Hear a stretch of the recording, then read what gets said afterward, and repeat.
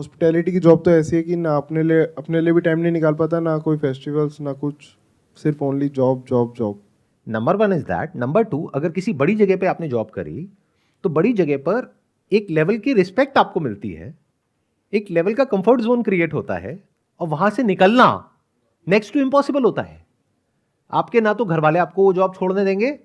मान लो अगर कोई XYZ 5 स्टार होटल में आप काम कर रहे हो, तो एक रिस्पेक्ट भी तो आपको मिल रही है ना। हो सकता है उसी के बेस पे आपकी शादी हो रही है। मतलब शादी करने से पहले भी लड़की वाले पूछते हैं कि भाई लड़का क्या करता है।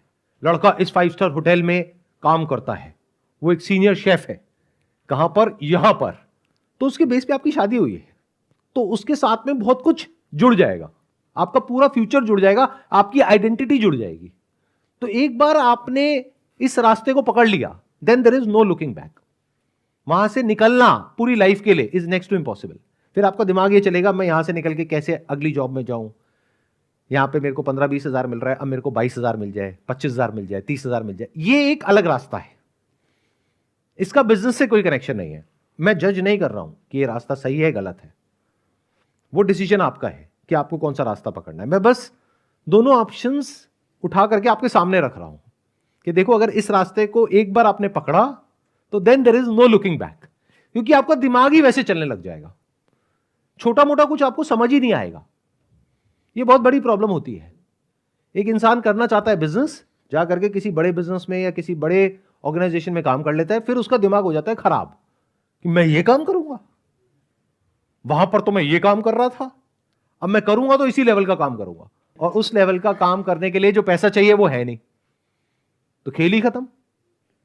मतलब एक बड़ी बेकरी खोलने के लिए आपको करोड़ों रुपए चाहिए, करोड़ों रुपए है नहीं, छोटा काम आप करोगे नहीं। आपको कहा जाए 2-4 लाख रुपए लगा करके यहां पे साइड में एक छोटा सा अपना कुछ कर लो, और वहां पे सब कुछ आपको ही करना है, बनाने से लेकर के साफ सफाई तक, तो आप कहोगे ये काम करने के लिए मैं हूं। अरे वहां पर मैं जॉब करता था, वहां पे सफाई वाले अलग थे, बनाने वाले अलग थे, और डिलीवर करने वाले अलग थे। मैं सीनियर था क्योंकि मैं शेफ था, वो डिलीवर करता था, वो सफाई करता था। तो पूरी लाइफ के लिए आपका जो ट्रैक है वो डिफाइन हो गया है अगर आप इस रास्ते को पकड़ते हो, तो जिस रास्ते को आप एक्चुअल में पकड़ने वाले हो। मेरे बोलने के बाद भी आप इसी रास्ते को पकड़ोगे, 99% चांस यही है, क्योंकि शॉर्ट टर्म में इसमें बेनिफिट है। जो रास्ता मैं बताने वाला हूं उसमें शॉर्ट टर्म में नुकसान है और लॉन्ग टर्म में फायदा है। वो रास्ता क्या है? भूल करके भी किसी बड़ी जगह को ज्वाइन मत करना, जितनी छोटी जगह हो सके उसको ज्वाइन करो, क्योंकि आपको यह सीखना है कि एक छोटी जगह को कैसे चलाते हैं। और ज्वाइन करने से पहले रिसर्च करो, चाहे पैसे कम मिले। मान लो बड़ी जगह पे वो पैसा दे रहे हैं 20,000 रुपए, यहां पे वो कुछ भी पैसा नहीं दे रहे हैं, या स्टाइपेंड दे रहे हैं 5,000 रुपए, लेकिन आपको क्या करना है? जिंदगी भर क्या वहां पे काम करना है?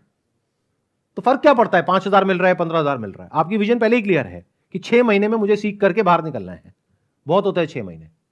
6 महीने में आप इन एंड आउट सब कुछ समझ जाओगे कि सारा खेल कैसे चलता है, कैसे कस्टमर से बात करते हैं, कैसे प्रोडक्ट को बनाते हैं, कैसे बेचते हैं, कैसे मार्केटिंग करते हैं, सब समझ आ जाएगा आपको।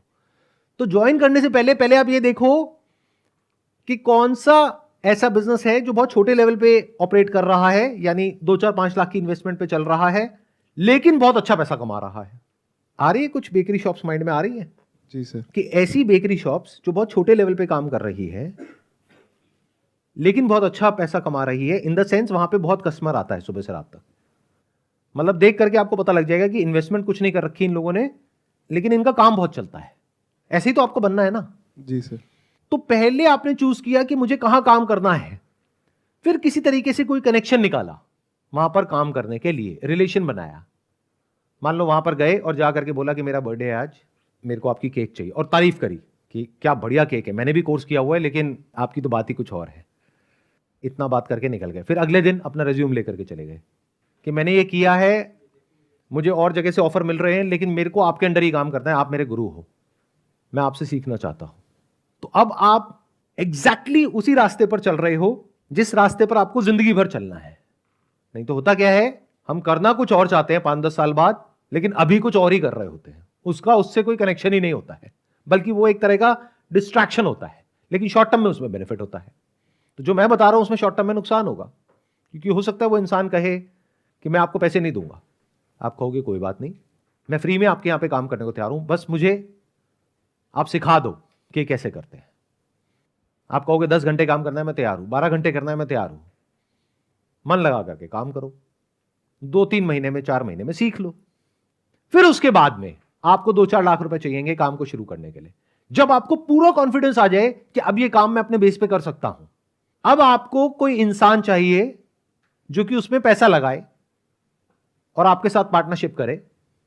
ऐसे लोग आपको मिल जाएंगे अगर ढूंढोगे तो, अपने फ्रेंड सर्कल में, रिलेटिव्स में, यहां पे वहां पे। अगर बैठे बैठे सोचते रहोगे तो कहोगे नहीं ऐसा कोई नहीं है, बट जाकर के बात करोगे तो आपको नहीं पता किसके माइंड में क्या चल रहा है। जब प्रॉपर एक बिजनेस प्रपोजल बना करके लेकर के जाओगे, उसका भी क्या तरीका होता है। बहुत सारी कंपनीज हैं जो प्रोजेक्ट रिपोर्ट तैयार करके आपको दे देती है, 5-10 हज़ार रुपए लेती है। तो आप बोलो कि मेरे को बेकरी शॉप ओपन करनी है इतने बजट में, तो वो एक प्रोजेक्ट रिपोर्ट बना करके आपको दे देगी। तो सामने वाले को क्या लग रहा है, वो प्रोजेक्ट रिपोर्ट आपने बनाई है। तो आप किसी से बात कर रहे हो तो ऐसे नहीं कि जाकर के वर्बली बात कर रहे हो, बोलो ये प्रोजेक्ट रिपोर्ट है। उसमें सब लिखा होता है कि रेवेन्यू फोरकास्ट क्या है, प्रॉफिटेबिलिटी क्या है, अगले 1 साल में, 2 साल में, 3 साल में कितना इन्वेस्टमेंट है, कहां से मशीनरी आएगी, कितने कितने पैसे में क्या होगा। तो उस प्रोजेक्ट रिपोर्ट के बेसिस पे आप जा करके अलग अलग लोगों से डिस्कशन कर सकते हो सकता है वो डायरेक्ट आपके रिलेशन में हो सकता है इनडायरेक्ट हो। सबसे हेल्प मांगो, यानी अपने फ्रेंड्स में, रिलेटिव्स में, यहां पे वहां पे, क्योंकि कोई नोन में ही इंसान होगा पहले स्टेप में जो आपको पैसा देगा। ऐसा नहीं कि बड़े बड़े इन्वेस्टर्स के पास चले जाओ, कोई पैसा नहीं देगा, वो सेकंड स्टेप में आते हैं। तो जब आप ऐसे किसी इंसान से मिलोगे जो कि पैसा लगाने को तैयार है इस काम के ऊपर, और 5-10 लाख रुपए कोई बड़ी अमाउंट नहीं होती, आपके लिए बड़ी है बट उसके लिए बड़ी नहीं है। अगर आप उसको ये प्रूव कर पाओ और कॉन्फिडेंस से बोल पाओ कि ये 10 लाख रुपए लगाने के बाद में यहां से पहले साल में ही यहां पे 10 लाख रुपए की इनकम शुरू हो जाएगी। और ये बेकरी के काम में कोई बहुत मुश्किल नहीं है, क्योंकि वहां पे मार्जिन बहुत ज्यादा होता है।